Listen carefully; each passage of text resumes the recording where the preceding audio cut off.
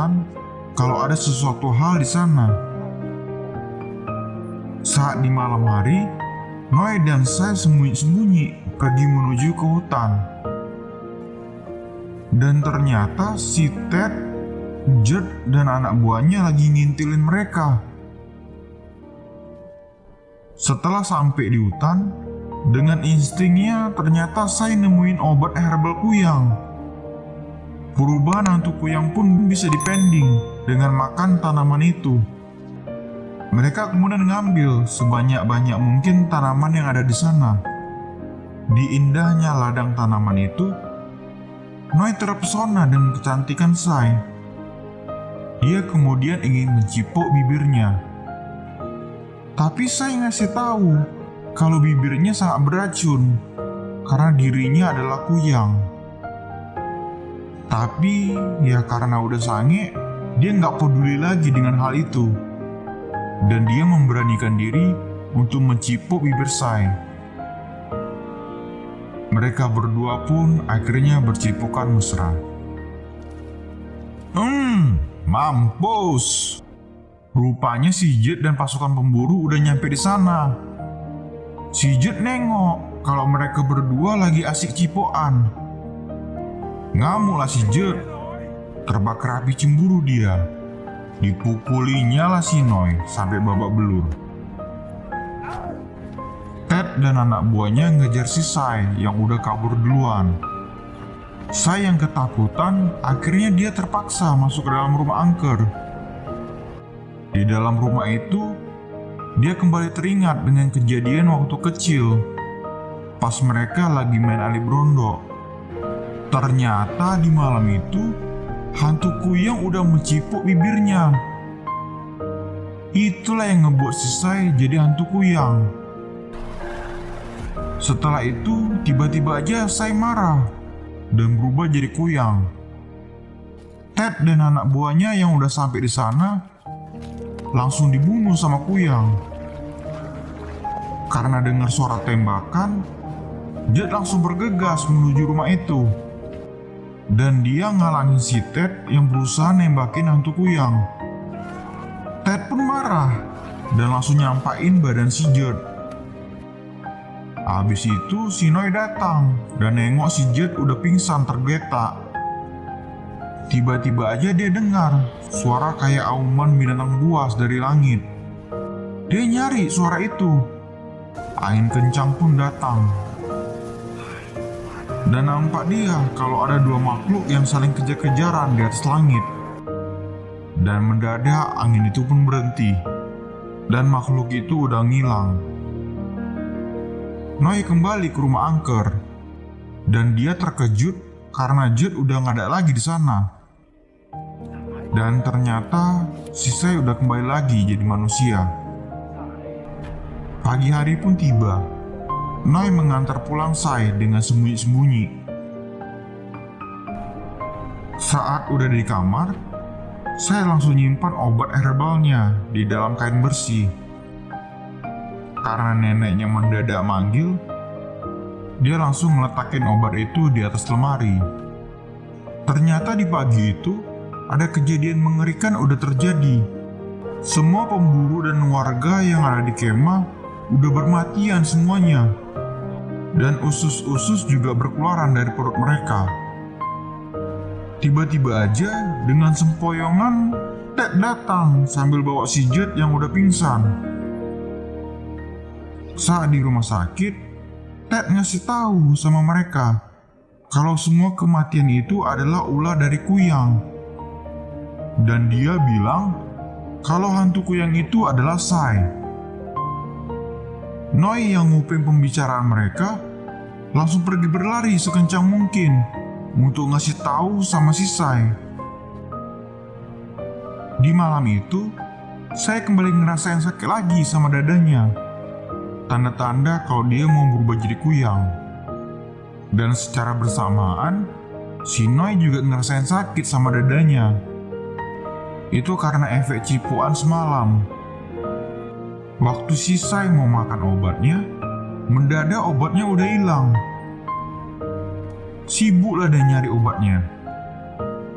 Rupanya si nenek ngasih tahu kalau kain yang dicarinya itu udah dimasukin ke keranjang cucian. Dibongkarnya lah semua pakaian, dan akhirnya ketemu. Ternyata warga desa udah datang menyerbu rumah Sai untuk membunuhnya. Tapi hal itu dihalangin sama bapaknya Sai. Waktu bapaknya lepasin tembakan peringatan, si Sai terkejut dan dia jatuhin obatnya ke bawah lantai rumah. Bapaknya pun manggil si Sai untuk ngebuktiin kalau fitnah si Ted nggak benar. Sai! Sai! Sai! Tapi si Sai nggak keluar-keluar karena si Sai lagi sibuk nyari obatnya yang udah jatuh ke lumpur. Warga desa udah semakin marah. Gak sabar mereka nunggu anaknya keluar. Dan akhirnya si Sai pun muncul dengan alasan lama keluar karena tadi lagi mandi. Ted nyuruh si Judd untuk nyeritain kejadian sebenarnya kepada mereka semua. Sai langsung dengan tegas bilang kalau semalam dia mau diperkosa sama Ted dan anak buahnya. Tapi Judd datang nolongin dia. Karena Judd masih cinta sama Sai, dia pun ikut berbohong dan membenarkan omongan dari Sai. Dengan cepat, Ted langsung nyandera bapaknya Sai, dan dia mengancam akan segera balas dendam. Dengan tembak gertakan, Ted mendadak ngilang dari sana. Sai nggak nyangka ternyata Judd rela berbohong untuk melindunginya. Noi yang tadi jatuh kesakitan ternyata udah ditolong sama si biksu desa. Waktu Judd udah nyampe di rumahnya, tiba-tiba aja Ted udah ada di dalam kamarnya. Dan dia langsung menggigit leher Judd dengan gigi tajamnya. Ternyata si Ted selama ini adalah kerahang, yaitu sejenis kayak siluman kampret. Setelah kejadian itu semua, saya nggak berubah lagi karena udah makanin obat herbalnya.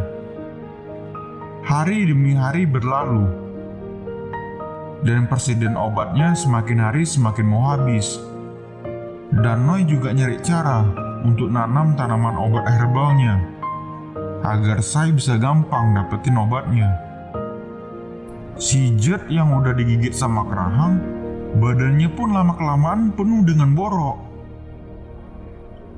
Saat Noi mau nyari obat herbal lagi di hutan, rupanya ladang tanaman itu udah terbakar habis. Dan yang ngelakuin hal itu adalah si kerahang Ted. Noi frustasi karena tanaman obatnya gagal semua, gak ada yang tumbuh. Dia kemudian ngajak Sai untuk kabur dari desa dan pergi ke Bangkok bersamanya besok malam agar nyawanya tetap selamat. Di malam itu, Sai pergi ke rumah Judd untuk nengok kondisinya. Dia khawatir karena beberapa hari ini si Judd lama gak nampak. Dengan ditutupin selimut, si Judd cerita kalau selama ini dia sebenarnya udah tahu kalau Sai adalah hantu kuyang. Itulah alasan kenapa dia bergabung sama pasukan Ted, supaya bisa ngibuli para pemburu. Dia juga jujur kalau dia sakit hati karena kedekatannya bersama Noi. Saat si Judd buka penutup badannya, anjir, badannya si Judd udah penuh dengan borok darah. Saya pun nangis nengok keadaan buruk si Judd. Judd memohon agar dia tidak pergi meninggalkannya. Dengan rasa persahabatan yang besar, saya dengan berani kemudian memeluk Judd. Keesokan pagi, Noi berpamitan sama si biksu desa. Tapi sebelum dia pergi, si biksu nyeritain tentang hantu kerahang yang sejak dulu turun-temurun punya dendam untuk datang membunuh hantu kuyang. Di hari itu, Sai juga udah siap-siap mau minggat dari rumahnya. Tapi bapaknya malah ngajak dia untuk nonton layar tancap di acara desa, supaya orang-orang desa nggak ngegosipin lagi kalau anaknya adalah hantu kuyang. Si Noi udah panik karena Sai belum datang-datang. Tiba-tiba aja ya kan, pas mereka lagi nonton, si Sai ngerasain kesakitan lagi sama dadanya. Obat herbalnya pun udah habis. Si Noi juga sama, dia juga ngerasain sakit sama dadanya. Di saat itu juga si Jet dihasut sama Ted. Dia ngasih tahu kalau Sai mau pergi ninggalin dia dan berencana untuk kabur sama Noi ke Bangkok. Dan akhirnya di kumpulan warga desa, Sai berubah jadi hantu kuyang. Berhamburanlah orang-orang desa, panik ketakutan mereka. Si Jet tiba-tiba berubah jadi kerahang siluman kampret. Sama, si Ted juga berubah, dan dia langsung nyuruh si Jet untuk membunuh hantu kuyang. Ditembakinlah si kuyang sama orang-orang desa. Akhirnya kerahang Jet datang dan nangkap si kuyang. Waktu dia mau ngebunuh kuyang itu, si Noi pun datang dan ngehentiin dia. Terkejutlah si Noi karena tahu kalau monster kerahang itu adalah Jet. Dia pun langsung membujuk Jet agar nggak membunuh Sai. Si Jet akhirnya tersadar. Si kerahang Ted yang nengok itu pun nggak tinggal diam. Dia langsung datang untuk menyerang. Jet marah dan dia ngelepasin si kuyang. Habis itu langsung terbang menyerang si kerahang Ted. Bertumbuklah mereka berdua di atas langit. Udah kayak pertarungan Superman aja. Si Noi nengok kalau badannya Sai udah dibacokin sama warga desa. Dia langsung datang dan ngusir mereka semua. Kerahang Jet dan Ted masih berantem. Pupak, pupak, puk. Dan akhirnya kerahang Jet pun mati karena jantungnya diambil sama Ted. Mama bapaknya si Jet pun menjerit menangis nengok keadaan anaknya itu. Saat Noi pergi kabur bawa badannya Sai, kerahang Ted pun datang menghadang dia. Dengan berani, Noi ngajak si kerahang buat bertumbuk. Tapi mendadak serangan si kerahang dihalangi sama kuyang, dan dia dibawa terbang tinggi melintasi atmosfer.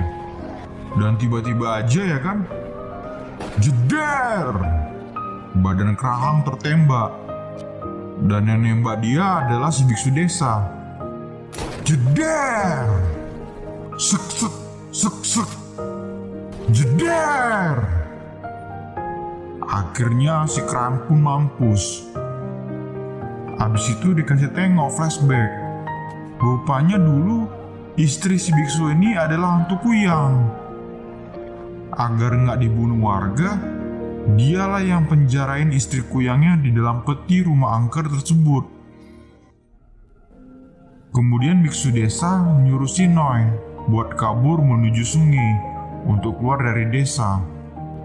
Noi dengan sekuat tenaga berlari kabur dari sana dan membawa badan Noi yang udah sangat terluka parah. Ternyata bapaknya Jet dan warga lain mengejar kepergian Noi. Akhirnya tibalah si Noi di seberang sungai. Noi ngeletakin badannya Sai di sampan dan segera bergegas pergi dari sana.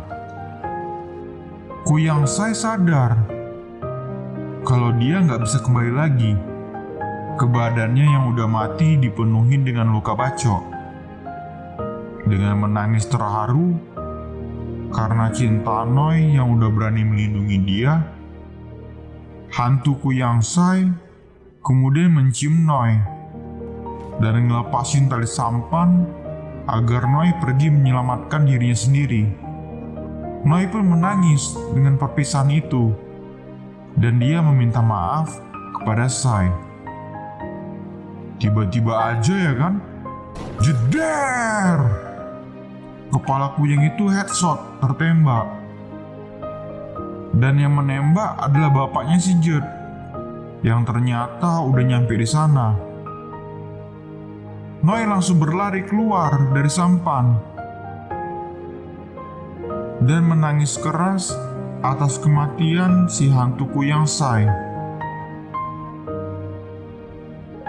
Film kemudian ditutup dengan flashback kehidupan Sai saat masih kecil hingga tumbuh dewasa, dan kenangan saat Jed, Sai, dan Noi lagi duduk di pematang sawah. Mereka bertiga mengikat janji setelah perang usai bersama-sama akan pergi ke kota Bangkok. Film pun tamat. Oke guys, demikian alur cerita film Inhuman Kiss tahun 2019. Bertemanlah dengan banyak orang agar kamu tidak punya